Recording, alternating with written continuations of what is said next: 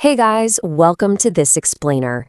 Today we're stripping away the complete BS of Instagram wealth to show you what genuine, hard-earned financial stability actually looks like. I've got to tell you, I am super pumped to guide you through this today because as a guy who just loves figuring out the underlying systems that make things tick, the mechanics of real wealth are absolutely fascinating to me. We are going to completely change how you look at money. All right, let's dive right into this. I want you to picture a parking lot. On one side, you've got a guy driving a sun-faded 12-year-old Honda. He's carrying a packed lunch and a wallet literally held together with a rubber band. Now, 3 spaces over, another guy hops out of a leased German SUV rocking fresh designer sneakers and flashy gear. Here's the kicker. One of these 2 guys has a net worth north of $2 million, and the other is exactly one missed paycheck away from total ruin. And you know what really bothers people? It is almost never the one you'd bet on. Real wealth in America has learned to go quiet. I'm going to tell you exactly why the guy in the Honda is the secret millionaire, and I'll give you 10 signs to spot genuine wealth even when it looks completely broke. So we're breaking this down into 3 simple acts. Act 1 is the facade, Act 2 is the invisible engine, and Act 3 is the mindset. Think of this as your ultimate field guide to how the rich actually operate. But before we hit the signs, we have to lay down our golden rule. Listen closely. Income is not wealth. Income is the loud money that flows in, and yeah, it's super easy to flex on social media. But wealth is the quiet, invisible gap between what you earn and what you spend multiplied by time. A surgeon blowing $500,000 a year has huge income, sure, but a plumber saving a steady slice of a modest check, he can quietly become the richer of the two. What's truly staggering to me is the sheer scale of this quiet wealth. There are nearly 24 millionaires living in the US right now. I mean, that is roughly 1 in 15 adults. Think about that. If you sit in a local coffee shop with 30 people, statistically, 2 of them are sitting on a 7-figure net worth. The reason you can't spot them is because going completely unnoticed is their entire game plan. They're the welder, the retired teacher, the small business owner right next door. Okay, Act 1, the facade. Let's look at the first 4 signs and completely tear down this cultural illusion of what wealth is supposed to look like. Sign number 1, their car tells you absolutely nothing. Seriously, the fastest way to misjudge a man's wealth is to look at what he drives. The average new car payment in America is now a massive $770 every single month. People paying that are not genuinely rich. They're simply renting the appearance of a rival and paying the bank interest for the privilege. The true millionaire, statistically speaking, spends only about 1% of their net worth on their car. And this perfectly illustrates why. Take my man Curtis, for example. He's a retired high school shop teacher.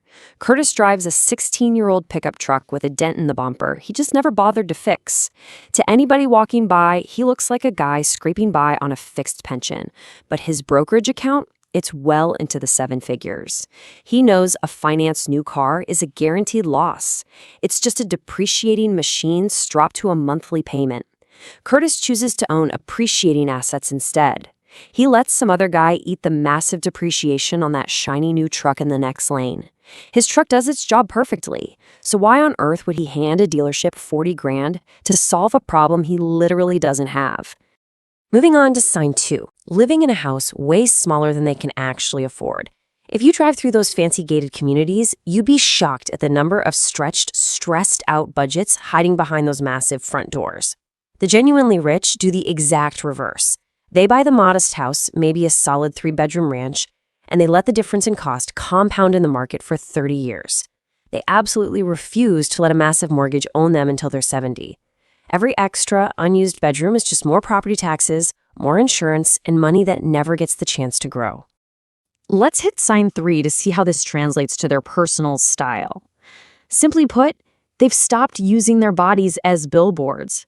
You are not going to see loud logos or flashy status symbols on these guys. They embrace stealth wealth. A plain, well-made sweater signals quiet confidence, you know? The guy spending the most on luxury goods is usually a middle earner desperately trying to look the part. The richest guy in the room, he's usually dressed like he's running a Home Depot because he simply does not need a stranger to validate his bank account. Sign 4, They go completely quiet when money comes up. Listen, at a party, and someone is always narrating their spending, right? The trip they just took, the big bonus, the custom kitchen renovation. But not a guy like Walt. Walt ran a small HVAC business for 30 years. If you ask him what he does, he just shrugs and says, I'm retired. You would never guess he quietly owns the entire commercial building his old shop sits in, and he collects massive monthly rent. To guys like Walt, money is just plumbing. It's a boring system humming in the background. And nobody throws a party every time the plumbing works, do they? They don't brag because they have absolutely nothing left to prove. Which brings us to Act 2, the invisible engine. Let's pop the hood on this thing and see how this wealth is actually generated and protected. Sign 5 is the absolute beating heart of the whole shebang. Their money is invisible because it is always working. While the flashy crowd is routing all their cash into ridiculous car payments, the quietly rich are relentlessly stuffing tax-advantaged accounts. Take Nadia, a hospital nurse driving a hand-me-down sedan. Her coworkers probably think she's just super tight on a budget. But Nadia, she automates her contributions. She maxes out her 401k, her IRA, her HSA, and then just quietly pushes whatever is left into a standard brokerage account. She never even sees that cash hit her checking account, which means she literally can't spend it on something shiny. She pays herself first, completely on autopilot, letting the most patient force in finance build her an enormous, totally hidden fortune. Sign 6. They owe almost nothing to anyone. Right now, Americans are carrying over $1.2 trillion in credit card debt, and the average interest rate is a crippling 22%. If you're carrying a balance month to month at that rate, you're basically paying double for a couch over 3 years. The genuinely rich actively hunt down and destroy bad debt. Sure, they might use credit cards to farm travel points, but they wipe that statement completely clean every single month. I'm telling you, there is a visible looseness in the shoulders of a man who does not owe the bank a single cent. It's a deep, settled calm that heavily financed people simply cannot fake. So that leads to a crucial point about how they handle emergencies, which is sign 7, staying dead calm when money goes wrong. The car breaks down, the water heater floods the basement. For most people, that's a 5-alarm financial fire. But the genuinely rich, they've got an emergency fund sitting right there in a high-yield savings account. 20 grand in a competitive high-yield account quietly earns about $800 a year while you're literally sleeping. But if you leave it in a traditional big-name bank, your reward is like $2. That's barely enough for a cheap coffee. They stay perfectly calm because their money is correctly positioned to act as a massive shock absorber. Finally, let's hit Act 3, the mindset. This is the ultimate proof that wealth isn't really about stuff at all. It's about absolute freedom. Sign 8 is buying the good version once and keeping it for years. Now, this looks like they're spending more at first, but it's actually a masterclass in value. Take Marisol. She bought one really high-quality leatherwork bag 14 years ago. Yeah, it's a bit scuffed now, but she has spent way less over a decade than her coworker who keeps buying a cheap, trendy replacement every single season. Cheap turns expensive the very second you have to replace it 5 times. The rich prioritize unglamorous durability over trendy novelty. They repair things instead of just throwing them away. Sign 9 is a big one. They are utterly 100% immune to lifestyle creep. Lifestyle creep is that slow, constant upgrade of your car, your dinners, your clothes, every single time your income goes up. Guys, it is the ultimate wealth killer. But the genuinely rich have made complete peace with the word no. They politely decline the crazy expensive destination bachelor party, or they skip that overpriced group dinner and they feel zero guilt about it. Look at Dean. Dean is a guy who got a massive raise about 3 years ago. His buddies immediately upgraded their cars and their apartments when they got promoted. Dean? He changed absolutely nothing about his routine. All that extra money flows straight into his investments. He looks stubbornly cheap to his friends, but what they totally miss is his quiet discipline to spend selectively. He spends generously on the very few things he actually cares about, and he just goes totally silent on the rest. That willingness to disappoint the crowd, that's exactly what funds his freedom. And sign 10 really ties the whole thing together. They've stopped trying to look rich because they finally are. They take all that exhausting, performative energy and they redirect it into things that don't photograph well for Instagram.